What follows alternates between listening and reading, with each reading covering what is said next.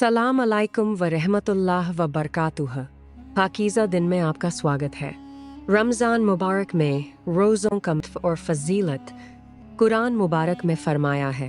सूरह अल बकरा में, ए ईमान वालों, तुम पर रोज़े फ़र्ज़ किए गए जैसे कि तुमसे पहले लोगों पर फ़र्ज़ किए गए थे, ताकि तुम परहेज़गार बनो। ये रोज़े कुछ दिनों के लिए हैं। प्यारे भाइयों और बहनों, रमज़ान नमाज की तरफ लौटने का महीना है। नमाज इंसान के दिल को सुकून देती है, डर को कम करती है और अल्लाह से रिश्ता मजबूत करती है। जो शख्स दिल से नमाज पढ़ता है, उसकी ज़िंदगी में नज़म, सुकून और बरकत आती है। रमज़ान कुरान का महीना भी है। कुरान की तिलावत दिल को रोशनी देती है, रास्ता दिखाती है और इंसान को हिदायत की तरफ ले जाती है। जब इंसान खाली दिल से कुरान पढ़ता है, उसका दिल नरम हो जाता है और उसके काम बेहतर होने लगते हैं। ये महीना हमें 3 बड़े तोहफे देता है।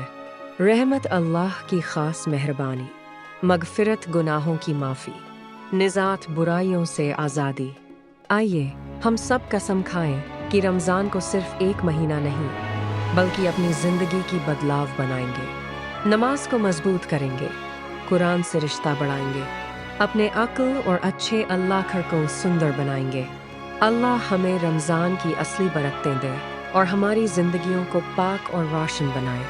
रोज़ा हिकमत है, परहेज़ करना, गुनाहों से बचना, बड़ा और छोटा सबको निखार देता है। रमज़ान के रोज़े रखना हर समझदार और बड़े मुसलमान पर फ़र्ज़ है। खाने, पीने और जेज़ी तसल्लु के कामों से बचकर इंसान के अंदर सदार और खुददारी आती है। अगर कोई सिर्फ खाना, पानी छोड़कर बुरी बातें न छोड़े, तो अल्लाह को ज़रूरत नहीं कि वो सिर्फ भूखा रहना ही देखे। रोज़ा रखते समय गंदी बातें मत करो, शोर मत मचाओ। अगर कोई झगड़ा या गाली दे तो कह दो, मैं रोज़ा हूँ। रोज़ा सेहत के लिए भी अच्छा है। 12-14 घंटे भूखा रहकर इफ्तार में खाना खाने से शरीर में बरकत आती है। अल्लाह के लिए एक दिन रोज़ा रखने वाला शख्स आग से इतना दूर होगा जितना कोई 70 साल तक चलकर पहुँचे। अगर कोई रमज़ान का एक रोज़ा छोड़ दे तो पूरी ज़िंदगी रोज़े रखने से उसकी कमी पूरी नहीं होगी। रोज़े का मकसद खाना पीना छोड़ना, अपनी इच्छाओं पर काबू पाना, अल्लाह की खुशनुदी हासिल करना। रोज़ेदार के लिए 2 खुशियाँ हैं। इफ्तार के वक्त, जब वह अपने रब से मिले। रमज़ान में कुरान का ख़ास संबंध है। दिन में रोज़ा, रात में तरावीह या नफल पढ़ना दिल को अद्भुत खुशी देता है। रोज़ा और कुरान दोनों बरगाह खुदावंदी में सिफारिश करेंगे। हदीस में है, रमज़ान के रोज़े रखने से पिछले गुनाह माफ़ हो जाते हैं।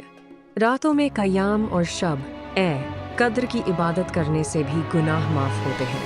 अगर बच्चों या बीमार होने की वजह से पूरी तरावीह नहीं पढ़ पाओ तो सुहूरी के वक्त पूरी पढ़ लो।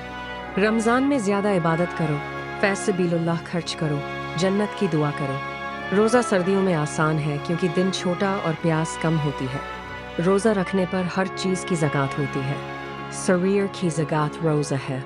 रोज़ा अफ्तार के लिए खजूर से खोलो, अगर खजूर नहीं मिले तो पानी से। रमज़ान मुबारक नेकी का महीना है। इसमें नफल, तिलावत और इबादत की बरकत बहुत बढ़ जाती है। एक नफल रोज़ एक फ़र्ज़ के बराबर है और एक फ़र्ज़ रोज़ 70 फ़र्ज़ों के बराबर है। रमज़ान में तहज्जुद पढ़ना आसान है। सुहूरी से पहले या बाद में जितना हो सके पढ़ लो। रमज़ान में रोज़ा, इबादत और नफल की आदत डालो ताकि ये बाकी साल भी जारी रहे। रमज़ान मुबारक आखिरत की कमाई का मौसम है। रोज़ा देने और अफ्तार कराने में बहुत फजीलत है। अल्लाह हमें रमज़ान में अपने गुनाहों से तौबा करने और नेक काम करने की तौफीक कर दे।